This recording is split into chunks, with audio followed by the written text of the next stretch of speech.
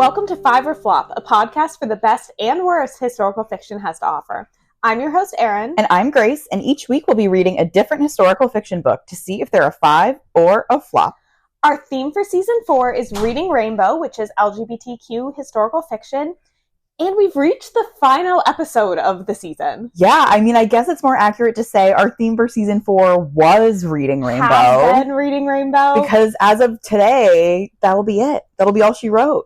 And that's kind of insane. We're going to do a full season recap at the end, ranking a large variety. This season has felt like maybe the longest. I know it's not true. We have not read as many books as we have in past seasons. Yeah. I think it just felt like the longest. Well, we've read, season 1, we famously read 12 books, 2 books per continent. Mm-hmm. Season 2, we also did 15, I think. Okay, so it's like a normal season. Last season was just crazy. And then season 3 was just cluttered. But that didn't really count. But I think this, well, I don't want to get ahead of myself. We have too much to discuss in this episode. We do, so we should get going. Yes. And what are we reading this week? This week, we are reading The Color Purple by Alice Walker. Yes. So not just an LGBTQ historical fiction, but a classic at that. A lot to discuss. And also, thank you for saying, Grace, what are we reading this week? Because I would have forgotten that we didn't already say. It would have been one of those weeks where we don't talk about what book we're reading until like 20 minutes into the episode. Those are good ones. But listen, when on the season finale, we know we have extra content to tack on at the end, so we got to get going. Exactly. So what are you up to this week? I'm going to head out to the beach. Oh, exciting. What beach? Cape Charles, Virginia. I think it's the Bay, technically. Mm-hmm. I mentioned on a past episode that we were going to go. Yes. And now I am on the precipice of going. When do you head out? We're there the whole week. And you're with your family?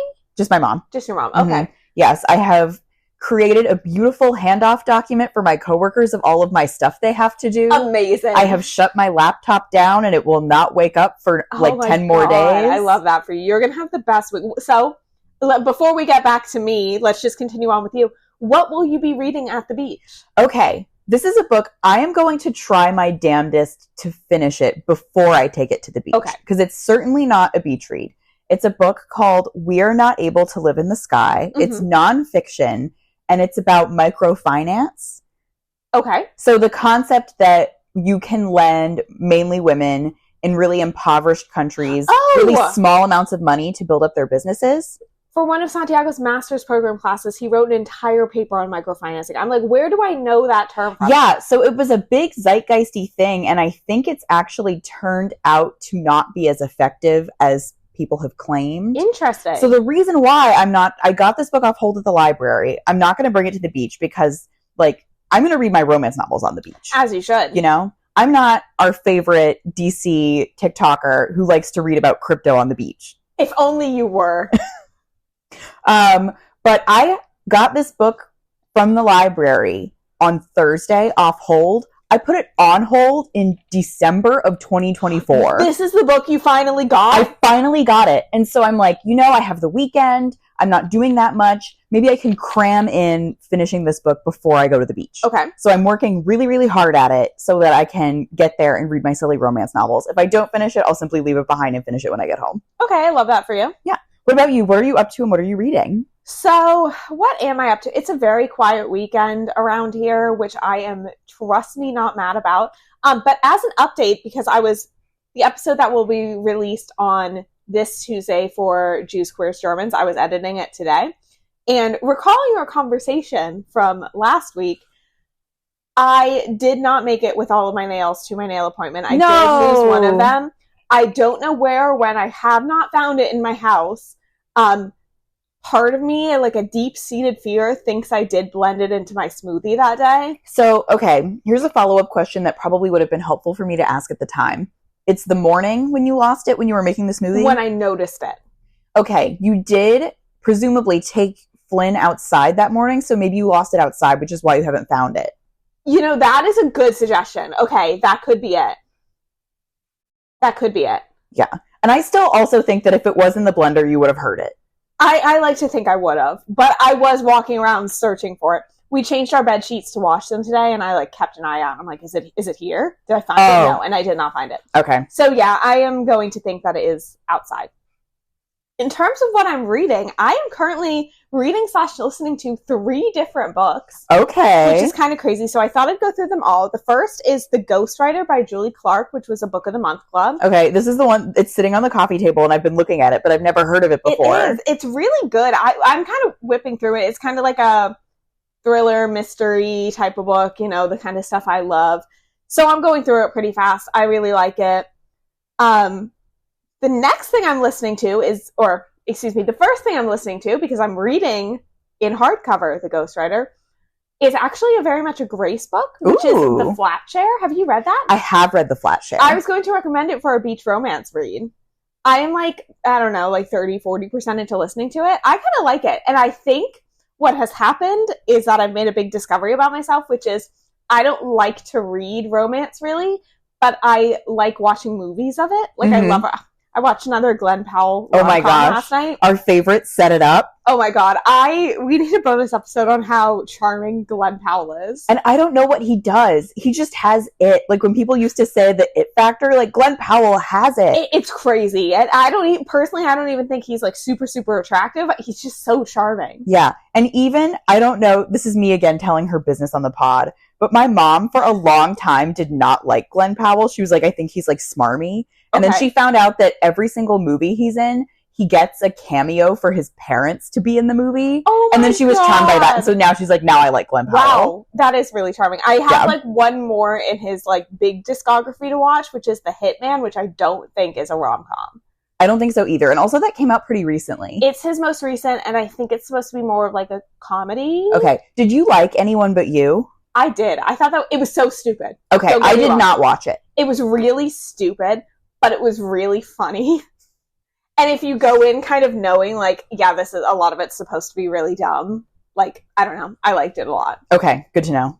You have, one more book left. One more book. Yeah, I'm listening to The Financial Feminist by Tori Dunlap, who runs her first 100K. It's she has a whole thing and a whole business and all this. But I really like her podcast for financial stuff. And I do like a good finance book, even if they all kind of tell me the same thing. Mm-hmm. But I've been listening to it and I really like it. But yeah, I mean, she's one of the people, she's kind of I don't really know that much about her business, but I know she sells investing courses. And I'm I don't really love that whole thing. Yeah. But I do think her podcast is really, really excellent and really great. Just opening up conversations about finance for women, which is yeah. And a podcast is a free resource. As we know. As we know. As we know. But I really like her podcast and I really like the book so far. She's very millennial, and she narrates the book herself. So I'm oh, you're such a millennial. All right, well, we've taken enough time. We have a very full episode, even before we get into talking about the book to discuss. So let's get into the synopsis? Yes. Celie has grown up poor in rural Georgia, despised by the society around her and abused by her own family. She strives to protect her sister Nettie from a similar fate, and while Nettie escapes to a new life as a missionary in Africa, Celie is left behind without her best friend and confidant, married off to an older suitor, and sentenced to a life alone with a harsh and brutal husband. In an attempt to transcend a life that often seems too much to bear, Celie begins writing letters directly to God. The letters, spanning 20 years, record a journey of self-discovery and empowerment, guided by the light of a few strong women. She meets Shug Avery, her husband's mistress and a jazz singer with a zest for life, and her stepson's wife, Sophia, who challenges her to fight for independence. And though the many letters from Celie's sister are hidden by her husband, Nettie's unwavering support will prove to be the most breathtaking of all. That's a good summary. Yeah. So this is certainly, I would say, the most famous book that we have read for this season. And we kept it for last for that reason. Absolutely. Yeah. So a lot of people are going to be very familiar with The Color Purple. Mm-hmm. Have you read it before, seen any of the adaptations, read any of Alice Walker's other work? I didn't even know what this was about. I knew it was about, Black women in America, mid-early 1900s, I guess is a good way to describe time period. Beyond that, didn't know anything. I was actually shocked when you brought that up for this season because I didn't know there was anything queer in this book. Mm-hmm. So I was excited. I mean, I think there's I don't always love reading classics, but I think there's a lot of value in reading classics. Mm-hmm. We'll discuss my thoughts on this one as we go. But yeah, I was excited to read this one. I have not seen any adaptations. Okay. I have a very weird relationship to The Color Purple, which is I had not read the book. I owned a copy of the book for years. So glad this like gave me the kick in the pants that I needed to actually read it. And I have not seen the film, which is very lauded. And I had not seen the musical, which people also liked. However, I have seen the movie version of the musical.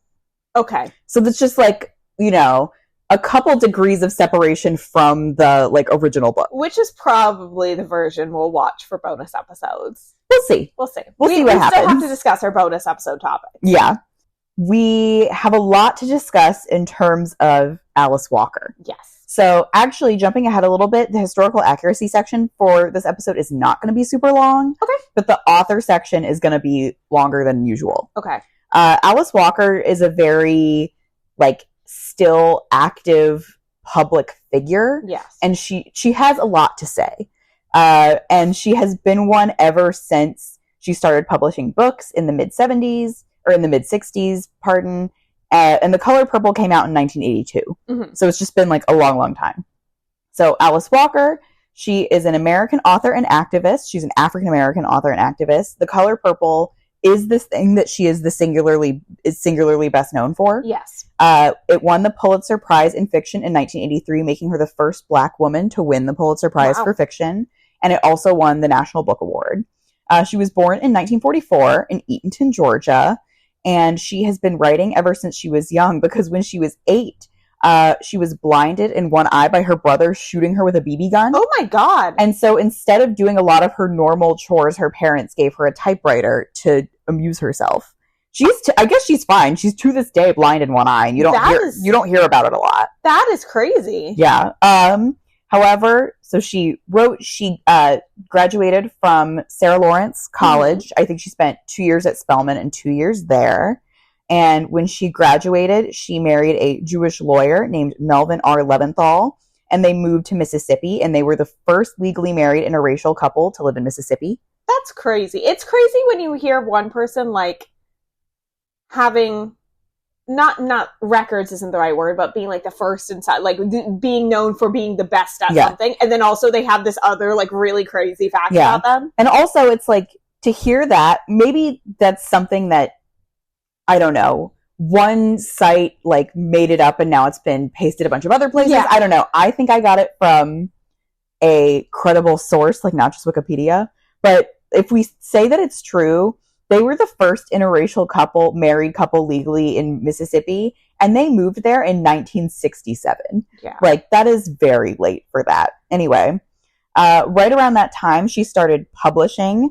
She, to this day, has published almost 40 various texts, and it's a mixture of novels, short stories, poetry, nonfiction essays, that type of thing. There's so much crossover. I just felt like it wasn't helpful for me to break down all the differences. Mm-hmm. But she started publishing, and she was publishing very consistently until she published The Color Purple, which was obviously her biggest hit. Mm-hmm. And then one of her other most notable works she published the year after The Color Purple, which is a nonfiction essay collection. It's titled In Search of Our Mother's Gardens.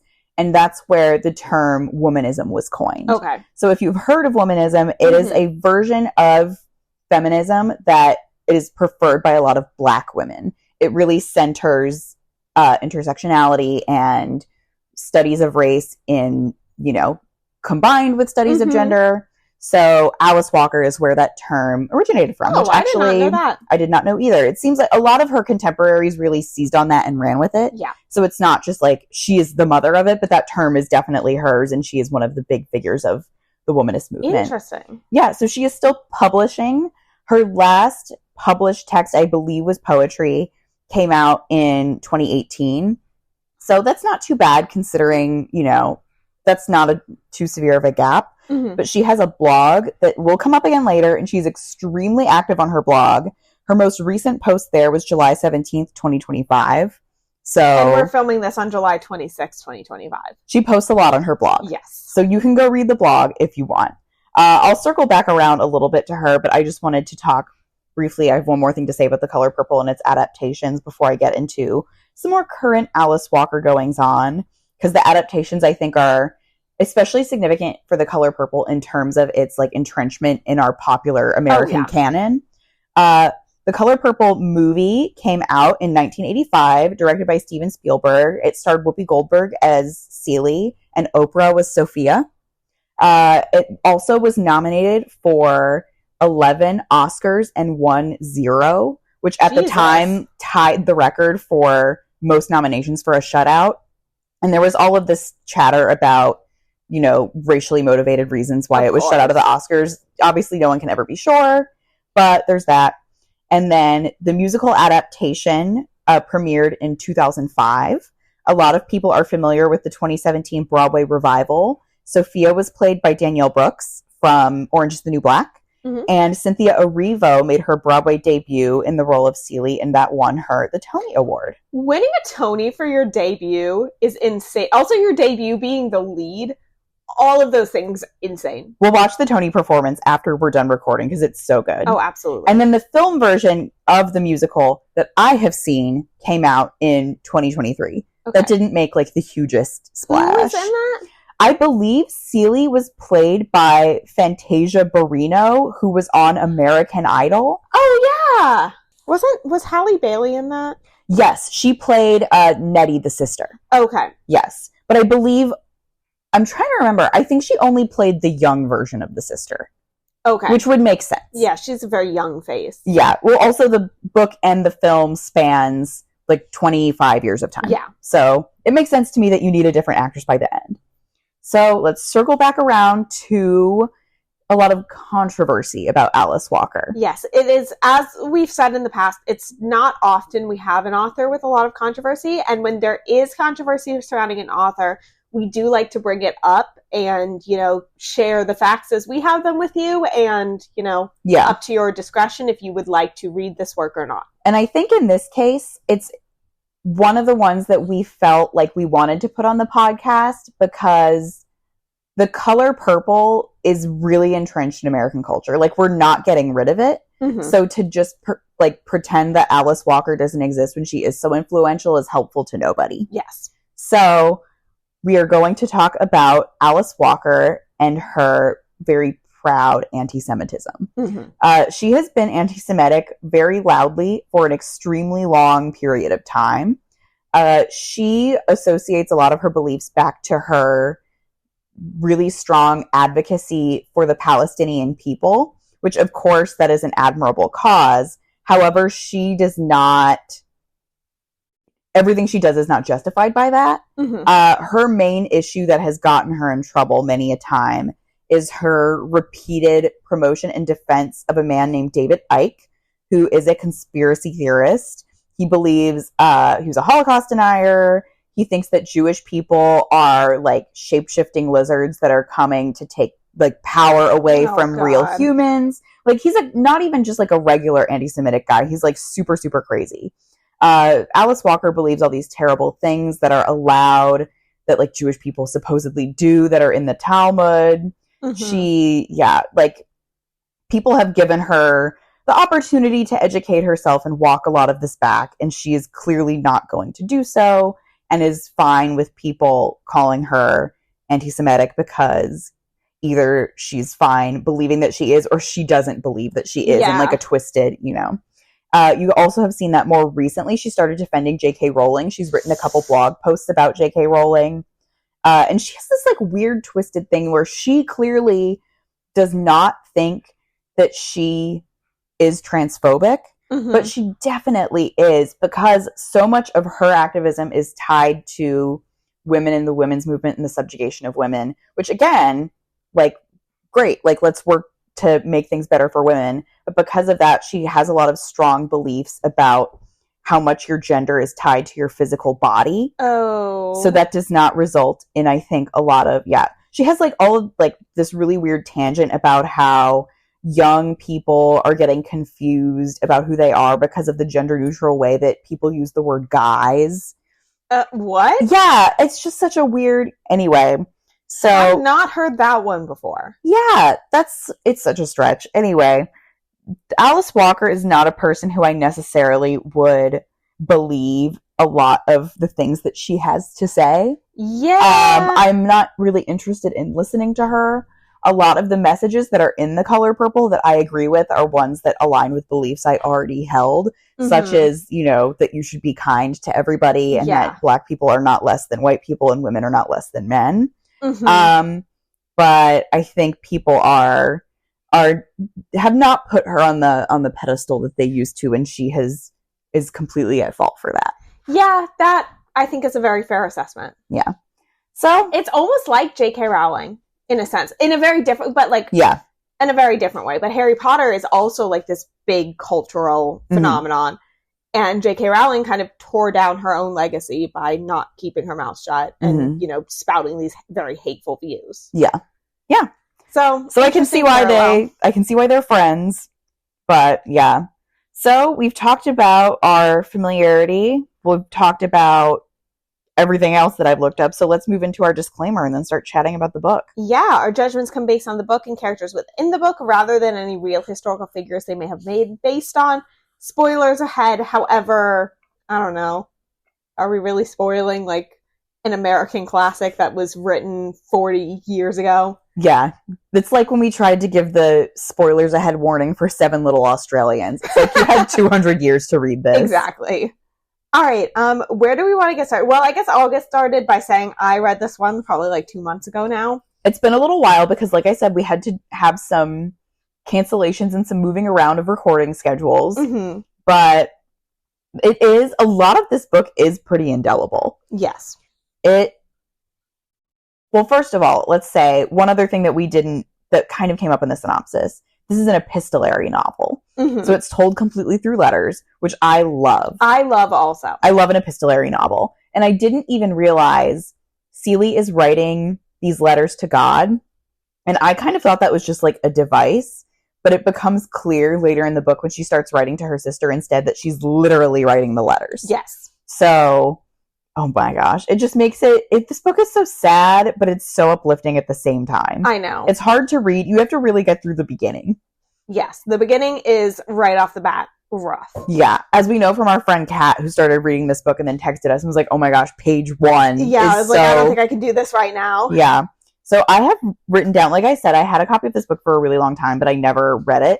Just because, I bought it in my teenage phase when I was like, I read classics, and then I just let it sit.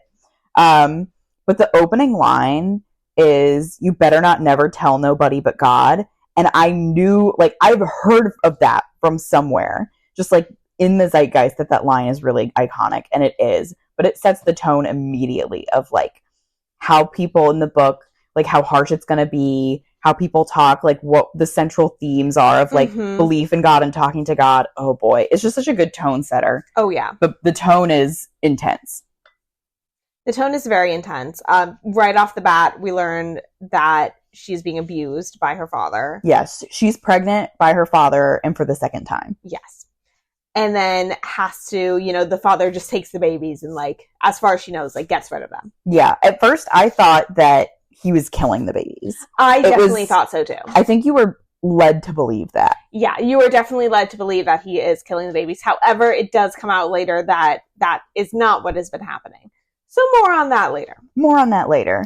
But yeah, that's the bulk of the beginning of the book is Seeley is married off to this really cruel man. You don't know his name until later. He's just introduced as Mr., which I think is a really good device because frankly, like, it's not important, and also it's a lens through which like he doesn't view Seeley as a person. Yeah. So she doesn't need to know his name, and that her entrance into that family is what the bulk of the book takes up with. Yeah. So, and let's talk about that family a little bit. So she has a couple stepkids. Yes. The most notable is Harpo, who is the oldest boy, who eventually marries Sophia. Yes. And then you have Shug Avery, who is Mister's mistress. Yes. And she becomes the other, I would say, like, most pivotal character. Yes, absolutely. None of the other characters come close to Seeley in terms of the reader's relationship with them. Like, you're in Seeley's head. You're closer to Seeley by far than any of the other characters. But in terms of Seeley's development and evolution, it all really comes at the hands of Shug Avery. And then Yes. that's also where the queer element comes in. Yes. So, should we talk about Ned? Should we wait to talk about Nettie, her sister? I don't even know what order we should go in, because I feel like, yes, there is a plot and there's a timeline, obviously, but I feel like it's the characters themselves. Yeah, I feel like specifically talking about the individual characters will get us there. I don't think we need to just go and like, then this happened, then this happened, then this happened. Like some books that make sense for us, some books it doesn't. Yeah, so. I think if we talk about Nettie and Sophia and Shug, by the end that paints almost a full picture of Seelie. Yeah. So let's talk about Nettie. So Nettie is Seelie's younger sister, who she's always trying to protect against the things that her father did to her. Yes. And then later when Seelie gets married, against Mr. Yes. Seelie is in this very protective older sister role. And then Nettie runs away, and we're led to believe that she died. Yes, or just that she abandoned Seelie. Yeah, one or the other. I took it as she died. Yeah. I don't know. 50-50. I guess that bit is a bit more open to interpretation. Yeah. Well, also, like I said, because I have seen the film adaptation of the musical, I knew that Nettie was going to come back. That is true. So Nettie does come back, but where does she go? She becomes a missionary. Yes. So she ends up becoming like a missionary, like nanny figure, etc., for the missionary couple that had adopted Seelie's children. Yes. And that causes drama because the wife is like, why do our children look like you? So she thinks that the husband and Nettie had an affair, and he just like brought in the children and was like, look, I adopted these random children. Mm-hmm. And then it's this whole thing where she comes out and says, no, they're my sister's children. But they go to Africa. They disclose where, but to be honest, I don't remember where. I don't remember. And I don't think it's important. I do enjoy Nettie as a character, and I'm very happy that Seelie has someone in her life who loves her so much. However, you do get letters like from Nettie to Seelie. And this was a notable point that Mr. had been keeping these letters. Yes, she's been writing them for years, and Seelie finds them all like locked up in a trunk. Yeah. But unfortunately, those letters were not a bad part of the book, but definitely worse. I did not particularly think that we needed the descriptions of what was happening with these random missionaries. No, I started towards like the middle end. I started just skimming the Nettie chapters, and I was like, I want to get back to Seelie and everyone else. Exactly. Those characters felt more important to me, and I just thought we could have used a little bit less in the text of what was up with Nettie's life. Nettie does eventually marry the missionary husband once his wife dies. Yeah, so she was right to be worried about you, because you did take her man. And then there was a whole thing about how maybe their ship sank, but it didn't. Yeah, we thought that they were dead for a while. I don't really know what happened there, because... So, like, did the ship not sink? Did they get rescued? Was it a different ship? We don't know. It's not really important either, but I was like... But I wish I knew. I was just thinking, I was like, you're right, like, we never really knew what happened there. And then also one of Seelie had a son and a daughter, and the son marries one of the African girls and then takes her with him back to America. And I think she, like... lost the desire to stay in Africa, A, because of the effects of colonization, and then B, she went through female genital mutilation. Yeah. Which is, like, only really touched upon barely. Like, there's honestly so much else happening in the book at this point that you just have to... I think there are Alice Walker has written about female genital mutilation. If you care to read other works from her, you can find ones on that topic. Yes. Yeah, so then their relationship... Seelie and Nettie's not the son and his wife, is really the heart of this entire story. Which is so significant because they're not together for the vast majority of it, and they don't know if the other is even alive. Yeah. But that enduring love is so important because they also are... Seelie and Nettie are the only people in each other's lives that have that enduring love for them. There are a lot of people who are loved by more than one person, but they only had each other. Yes. And even by then, later, Seelie has, She has a better relationship with Harpo. She has Shug. She has Sophia and Harpo's second wife. And she has even all her- these people, but it's not the same. And even her husband, she winds up becoming like friendly with, you know? Yeah. But Not, it's not that loving bond. no. And they're married legally, but not in any other sense. By the end of the book, they don't live together. She doesn't follow or obey him. No. It's a completely different relationship than it began as. Yes. And that comes entirely through Celie's own empowerment. Completely. And she grows. She really does become more empowered, not just through herself becoming older, but by having these other women around her Yes. who are so much different than herself. Should we talk about Sophia next? I was going to say, that's a great segue to talk about Sophia, because Sophia starts out as a foil to Celie, I think. Yes, completely. She is a really loud, proud woman. She's not submissive. She's not going to stand down for anybody. She loves Harpo, but she's not going to listen to him. No. She said, I love Harpo, but I'll kill him dead before I let him beat me. She beats him back. I love that part. Mm-hmm. And the whole conflict at the beginning comes when Harpo is telling Celie, like, how do I get her to listen to me? And Celie says, beat her. Like, Celie tells him to do that. Yeah. And so when Sophia confronts her on this, she just says, like, I am jealous of you. Yeah. Like, I can't be like you are. And Sophia tries to help her be like she is. She doesn't ever push her. She knows the limits of what she can do. She knows that Celie has to make this change for herself.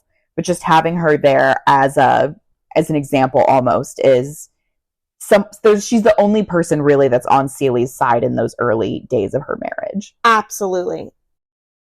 And Sophia has a lot of change in her life as well. So she gets jailed because she hit the mayor.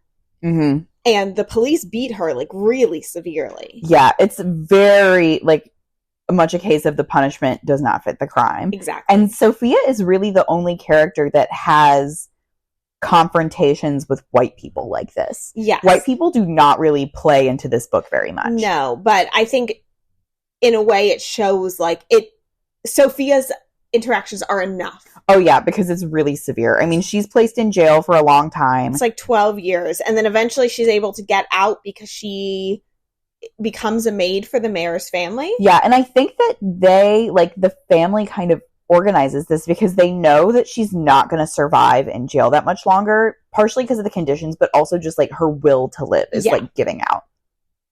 And so they, like, drop all these hints to, like, the warden at the jail. They're like, oh, she's, like, you're treating her really well in there.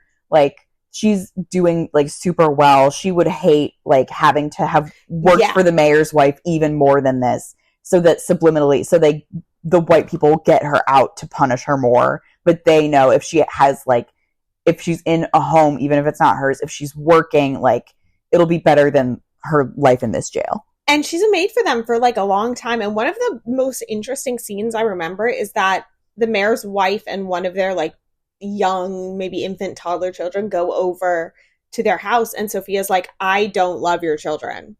Like, yes, that was such a good scene. These are not my children. Yeah, like, it was like the daughter of the mayor's wife, because she was with them for so long. She was raising their children, and this woman that she raised into, like, adulthood had a baby. Yes. And then she was like, don't you love? And she was just like, no.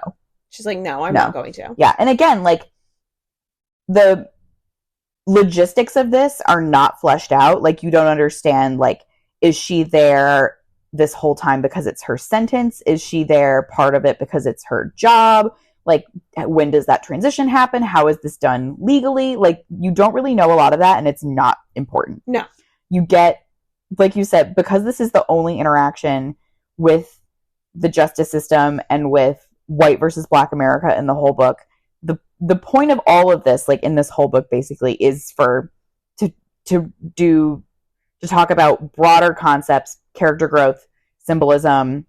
Like, it's not literal, like, the historical research, like I said earlier, is not super there, and that's not the point.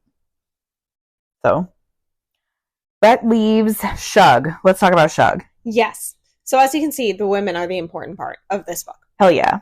Shug begins as Mister's mistress. Yes. But grows into Seely's lover relatively quickly. I mean, they didn't necessarily like each other for a bit. There was like jealousy and yeah, there's like a weird dynamic going on, and it's so intricate. It's so interesting because at first, Shug does not grasp the concept right away that Seely has a crush on her, but also that Seely doesn't care if someone else is with Mister because she hates him. Yeah. It's honestly like she prefers it because he's not bothering her. Yeah. And so Shug doesn't realize that dynamic at first and then realizes it. And then also Shug doesn't realize that Seely is treated so badly. Yeah. Because Shug is pretty. She's a sexual woman. She's well known. She's a jazz singer. So Mister treats her really well. But he's not kind to Seely. He doesn't speak well to Seely. He beats her. And it's only once Seely tells Shug these things that Shug knows it. And then immediately Shug uses the power over Mister that she has to be like, don't do that anymore. Yeah. And things improve. Yes, definitely. Well, it happens slowly, their relationship morphing from being friends into being more sexual. Yes.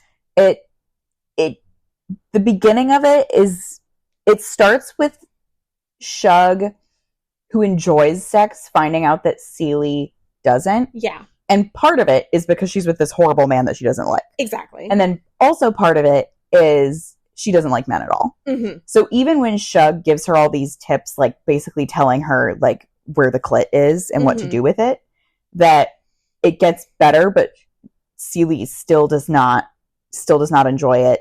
And then that does morph into Shug and Seely having this pretty long-standing affair. And there's not even really a big deal made of it being two women. It's really just about two people. Mm-hmm. So it's not, I don't mean to say that in terms of like when people say like, I don't see race or I don't see like, because obviously that difference is there. Yeah. But it's not connected back to any sort of broader queer movement. Like it's just about these two women together. Mm-hmm. It's a case study of mainly Seely. Yes. So, but it's really beautiful. I think the parts with Seely and Shug are really nice. My favorite part of the whole book is there's a chapter of Seely and Shug talking about God. Mm-hmm. And they both believe in God, but kind of in this non-traditional way. Yeah. And also at this point, Seely has been writing these letters to God. At one point, like I said, she stops writing letters to God and starts writing them to Nettie because her life has just gotten to a point where she's like, God isn't listening to me. Yeah. But Shug, like, obviously is kind of apart from the normal Christian church. Mm-hmm. She has these children out of wedlock that she doesn't see. She's like a fast woman. People don't approve of her. Mm-hmm. But she says, like, God is in everything. That's what the title comes from. She says, I think it pisses God off if you walk by the color purple and you don't appreciate it. Mm-hmm. And Shug and Seely are both able to see God in the world. And I think that is like, that chapter is like the microcosm of what this book represents. Absolutely. And you see that all throughout. Like, once that theme is fully presented, you see it all the way through the end, but then you look back and you can see it all the way through the beginning. Yeah.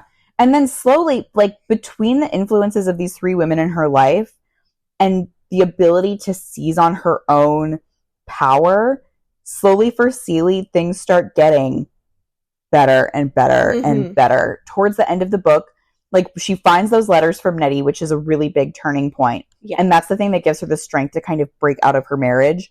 She goes with Shug and she leaves the house to live with Shug. She starts a business making pants, which I love. I loved that. The specific pants. And you get a lot of descriptions of individual, like, pairs of pants. And somehow the writing on it is so, like, nice to read all really those descriptions. Fun. Yeah. And again, like, pretty obvious symbol of, like, female empowerment. And, yes. But it totally works for me. She inherits from her pa, who we find out is her stepfather. Yes. He dies. She inherits a house. She has a store. And then Nettie comes home. Yes. So it's this, the end of it is this, she's sitting on her porch. she has her whole family around her, or almost her whole family, and then her sister drives up, and it's the reunion. And Yes. gosh, like, it's so beautiful, the end of that. It's such a, like, well-deserved ending for not just the reader, but for Celie. Like, she deserves her happiness. Yeah, and the book takes place over 25 years. Like, it is a fight to get there. Yeah. So I have one other thing that I kind of want to say. Okay. Which is, back to the Shug relationship, you don't get a happy ending there. No. So I think this worked well and was great. The reason that they aren't together by the end is because Shug has a wandering eye. Yeah. Like, Shug can't stay in a single relationship for long. She starts sleeping with this much younger man, which in and of itself is kind of funny. It was giving the Count from Jews, Queers, Germans. Yeah, and his weirdly younger boyfriend they would bring up every 100 pages or so. And also Somerset Maugham. Yeah, that's our theme for this season, is inappropriately younger men. But it just rings true to me that relationship wasn't going to last forever. Okay, it's like the opposite of what we said with Gwen and Art. When yes, we're like, they're not going to stay together. Gwen and the lady knight with no personality should not have stayed together. Yeah. And I didn't even think the other couple should really stay together, but that's neither here nor there. We don't need to relitigate the second book that we read this season. But Celie wasn't ready for that relationship to end. Like, she was heartbroken by it. But it wouldn't feel quite true if Celie kind of waded through this onslaught of misery and then ended up with everything. Yeah. But you also see she has come into herself enough to withstand this heartbreak. Absolutely. And she and Shug are able to stay friends. Shug is part of her life still, even when they're not together anymore. Mm-hmm. And even when Shug is not with Mister and Shug is not, I don't know, all those relationships she is able to have on her own terms. Yes. I don't know. Celie is an amazing central character. What a great, probably one of our best protagonists. Yeah. But also, it's not the case of, like, the Henna Artist, where we have a really great protagonist and everyone else flops. And she's holding up a flop book. All of the characters are really, really great. Really well written, maybe not great people. Really well written, but good characters. Yeah. And so many of them have nuance. Like the character of Harpo, who we haven't even talked about. It's so hard to tell if he's a good or a bad person. Yeah. Because he's both a good and a bad person. Like so many people are. Yeah. You know, like it's not a caricature. Even Mister at the end is somewhat redeemed. Like you don't get the impression that Celie really trusts him at all, but his behavior is certainly better. And he seems sorry for some of the things that he's done. Yeah. So I don't know. I'm happy that Celie gets to end the book happy, because that's really, it's hard to read this and not and care about anything other than that. Completely. All right. Should we move on to the historical accuracy section? I think we should. And you're right, it is looking short, but that is fine with me. Yeah. So there's really not a lot in this book that's like based in anything. It's really just the day-to-day life that Celie has in Georgia this book is set between 1920 and 1945. Mm-hmm. And basically everything I have to say I took from this specific academic article. So I'll cite it because I think it deserves it. It's by Jacqueline Jones, and it's called Fact and Fiction in Alice Walker's The Color Purple.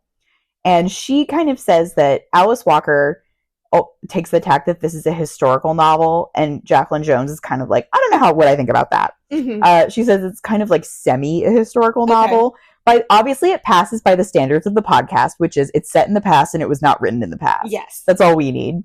Or it wasn't written in the same past. That's true. It was written in a different past. But there are a handful of references that kind of anchor things to specific time periods. Yeah. Interestingly, she says a lot of this is done through descriptions of Shug's clothes, because Shug is like the only character who's like up to date on her fashion. Like obviously until she starts making her own pants, like Celie is not getting new clothes. Yeah. But she'll describe like Shug wearing these flapper dresses and like things like that. Oh, so that I didn't even notice that. Yeah, well, all of this stuff is kind of subtle enough that you don't even really notice. Like they mention Sophie Tucker and Duke Ellington being people that Shug knows. Mhm. So you know, all right, they're at the height of their fame. There is also some things where Alice Walker made a few mistakes in terms of the timeline. Mhm. One of the things that she mentioned, like, again, this is within the realm of like our made up characters, so this isn't one of the things that's rooted in history.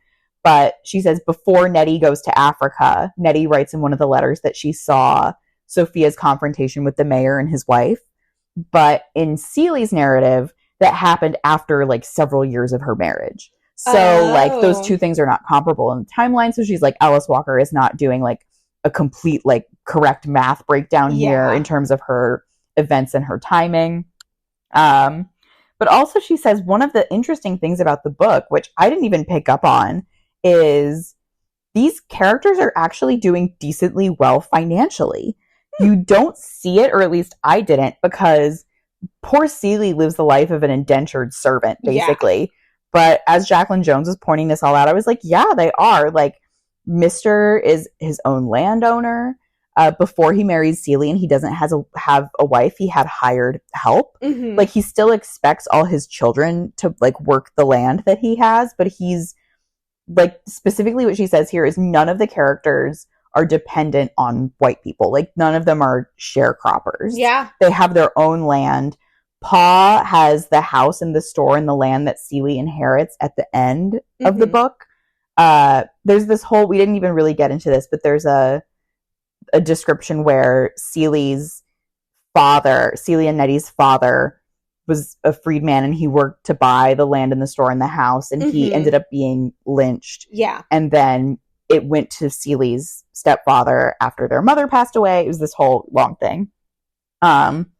But Jacqueline Jones, despite being a historian, she does not really take issue with any of this because she says the most important thing is the emotional story that Alice Walker is trying to tell. And I concur there. That is a good thesis statement for many a pod episode. Oh, yes. So, yeah, I don't really have anything to say in terms of specific events because none of that is present here. But, yeah, it starts in 1920. It ends. You do get the mention of World War II ending. Yeah, that's why they thought the sisters' boat sank, was they thought like Germans had torpedoed the boat. Yeah, and then I think also at the end when they're sitting on the porch, they're like listening to the radio and there's news of like maybe it was VE Day or something like that. But it was the end of 1945 at the end of the book. So I think it's time for the last star calculator of the season. All right, you first or me? You can go first. Okay. Historical accuracy. 3. History wasn't super important. I'm fine with that. I liked what was used, but it was not the central piece. Originality, a 5. I loved it. I really, really enjoyed this one. I really enjoyed the plot, and I really enjoyed the style it was written in, epistolary. Characters, 5, as we said. Great main character, great supporting cast. Prose, I'm going to go 4, and I'm gonna go 4.5. I know you hate halves, but my only thing to take away from here is that the Nettie pieces felt long disproportionately, and I'm gonna give Vibes a 5, and that is a 4.5. I gave it 4.75. I'm calling this one a 5 completely for me. All right, I think I need to stop talking about the halves because I'm also going to use one. Honestly, I'm the same as you most of the way down. Historical accuracy 3. I was debating in my head giving it a 2 just because I feel like there's so little actually there. But I feel like 3 means average, 2 means like starting to get bad. Yeah. So I don't think I can go that low.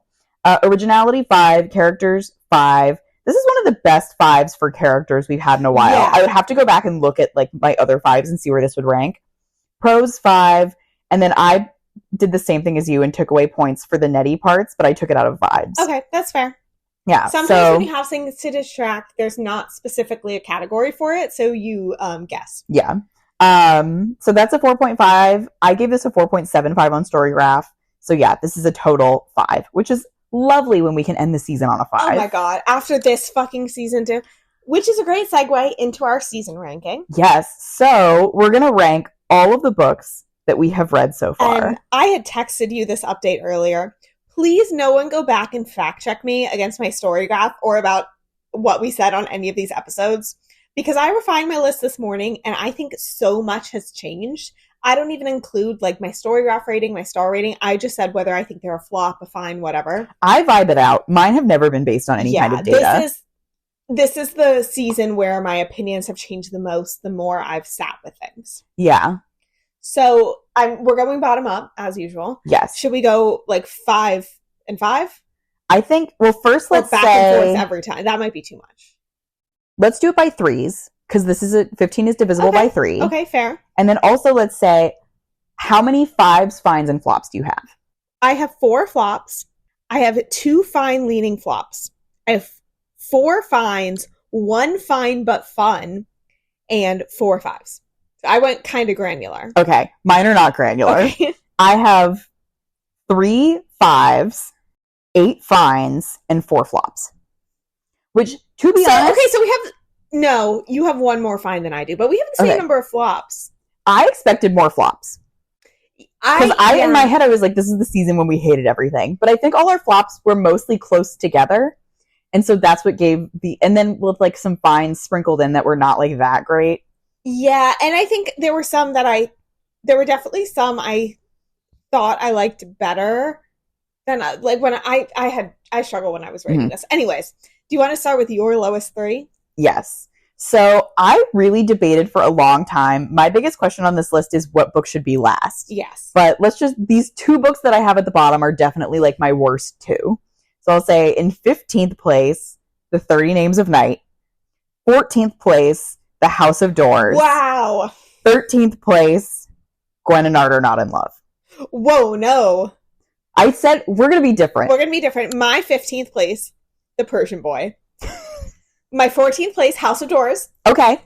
And then my 13th place is Fellow Travelers. That's fair. So we're in firm agreement that House of Doors is the second worst book that we read this season. Agreed. Here's the thing that I couldn't like compute in my head is I feel like even though I didn't like The 30 Names of Night, this is going to sound so stupid. Okay. I felt the pureness of heart of the author.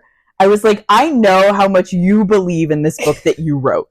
And I think that with Tan Tuan Ang in The House of Doors, I did not feel that. No. I was like, this book did not make me like you that much. However, I think just because it was written in a much more conventional prose style, the experience of reading it was easier, even though I didn't like it. That experience just pissed you off of 30 Names of Night. Yes. Okay. So, and then Gwen and Art, it's just not for me. But in addition to that, I had problems with it. So with those 2 things combined, I just can't really put it higher. Yeah, that's fair. House of Doors, everything you just said, I was super bored reading it. Fellow Travelers was also super boring for me to read. Yes. Definitely hated that one. The Persian Boy. Personal beef impacted my opinion for sure. But also I really hated it too. I was so bored reading that thing. I did not give a fuck. That main character, all he cared about was how good he looked in the mirror. Which... Don't we all? But still, my least favorite of the season. However, we put that on the lineup on purpose. Mm-hmm. All right. I'll go 12, 11, 10 first. Okay. 12, Dead Girls. Flop. Flop City. Now we're moving into my fines leaning flops. Mm-hmm. A Lady for a Duke. Fine leaning flop. I was, I think, most disappointed just that the payoff for such a good idea was not there. 10th, I have 30 Names of Night as a fine leaning flop. Okay. I understand that. I understand that book pissed me off in a personal way. Okay, so for me, I have 12 Fellow Travelers. Okay. Firm flop. That's my last flop. My next 2 are probably both I would call the next 2 fine leaning flops. Okay. And those are my only 2. So it's like a good, That's what I have as well. Yeah. 2 fine leaning flops. 11, Fingersmith. Really? I just didn't like it that much. And I thought that I would, and it let me down. And 10, The Persian Boy. Okay. You're right. I can't say that you're wrong. I just didn't think it was as bad as you did. That's very fair. Dead Girls, I don't think I need to defend my placement for the reasons I gave on the pod, because it is my genre. 30 Names of Night, I definitely liked it better than you. There were still... I think the difference was that I really enjoyed the style of prose. And you did not. So I think that's what bumped it higher for me. Yeah. All right, you're up next. Okay. Now we're getting into books that I would say are fine, just period. Yeah. 9, Under the Udala Trees. Okay. It's just not for me, but there was nothing objectively wrong with it. Yeah. 8, Dead Dead Girls. I had fun with it, even though it wasn't that good. I liked it. And then 7, A Lady for a Duke. I agree, there was really good stuff there, but it just didn't completely turn out. Okay. So I think these are my most, like, middle of the road ones for very different reasons. Okay. 9 is Jews, Queers, Germans. The genre breakup didn't really work for me. But I see the intent behind it. And it was a fine reading experience. 8 is Cantoras. Okay. You really liked that one. I thought it was fine. You feel about Cantoras the way that I feel about Under the Udala Trees and vice versa. Exactly. And 7, Gwen and Art. I rated this one so high, and then I realized it was just because I had fun reading it. So it is officially a fun. Okay. It's fine. I would put this with, like, Bridgerton and Philippa Gregory. Well, Philippa Gregory I actually probably like the most of those. Higher, yeah. But yeah, a solidly middle for me. Okay. Then I have my 4, 5, and 6. Okay. These are my fine leaning 5s. Okay. And those are number 6, Daughters of the Deer. Okay. It was really just like the ending that held that one back for me. And I also liked Marie's perspective more than the daughters. 5, Jews, Queers, Germans. I'm a sucker for that type of thing, and you knew that I would be. I knew that. 4, Cantoras. Okay. My 6 is Under the Udala Trees. My 5 is Fingersmith. That's pretty high. The more I sat with it, it's still a fine, but it's my highest fine, I think, because I think the plot twists were really well executed. I agree. And then 4 is The Color Purple, which is my first. I have 4 5s. This is it's hard to say my lowest 5, but like it is what it is. It is what it is. Okay. So we are more in agreement at the top of the list than the bottom of the list. That doesn't surprise me. Yeah. So for me, number 3, Pull of the Stars. Okay. Number 2, The Color Purple. Okay. Number 1, Middlesex. All right. My number 3 was Middlesex. My number 2 was Daughters of the Deer.